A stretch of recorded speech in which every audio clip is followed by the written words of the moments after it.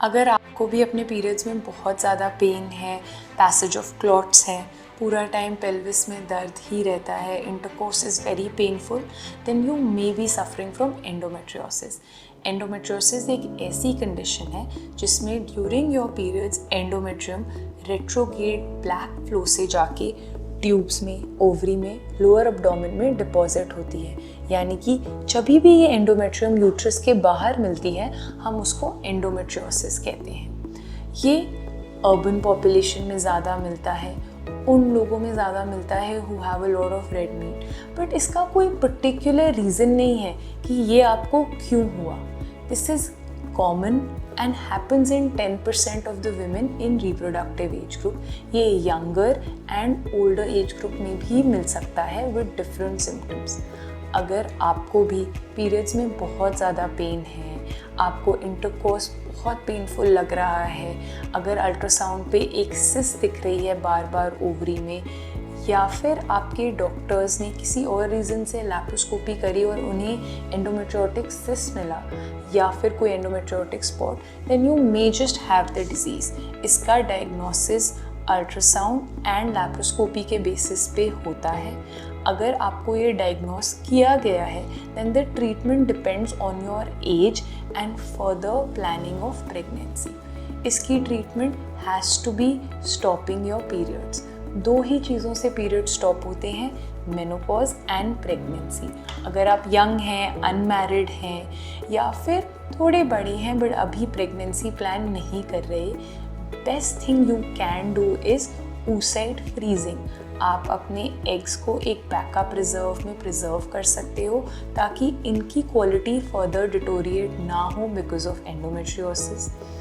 इस दौरान हम आपको एक मेडिसिन या फिर 3 मंथली इंजेक्शन भी दे सकते हैं जिससे एंडोमेट्रियोसिस कंट्रोल रहे और आगे प्रोग्रेस ना करे। Different types of medicines are there which can help in endometriosis, but sadly they do not allow pregnancy. तो अगर आप प्रेगनेंसी प्लान कर रहे हैं और आपको एंडोमेट्रियोसिस डायग्नोस हुआ है, देन आपको 2 या 3 चीज़ों का ध्यान रखना है। अगर तो मिनिमल ग्रेड है, please don't try naturally for more than 6 months.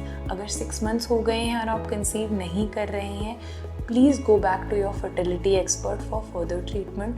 अगर ग्रेड 1 या ग्रेड 2 एंडोमेट्रियोसिस है then you can do an IUI।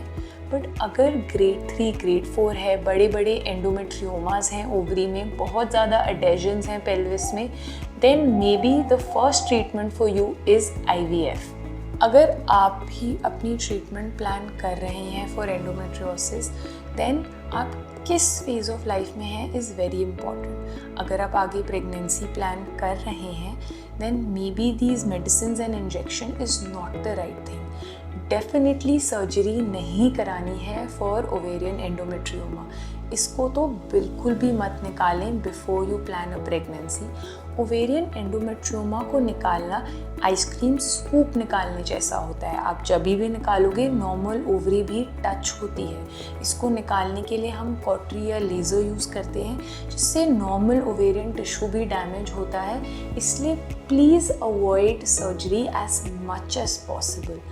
ये सर्जरी को बिल्कुल भी ना कराएं before you have had a baby, unless and until आपको ऐसा एंडोमेट्रियोसिस है कि आपकी small intestine, large intestine affected है।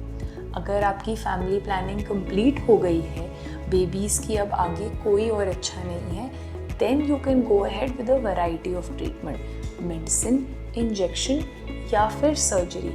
इस सर्जरी में हम सिर्फ सिस्ट भी निकाल सकते हैं और अगर बहुत ज़्यादा ग्रेड है then may be we'll have to remove the uterus also.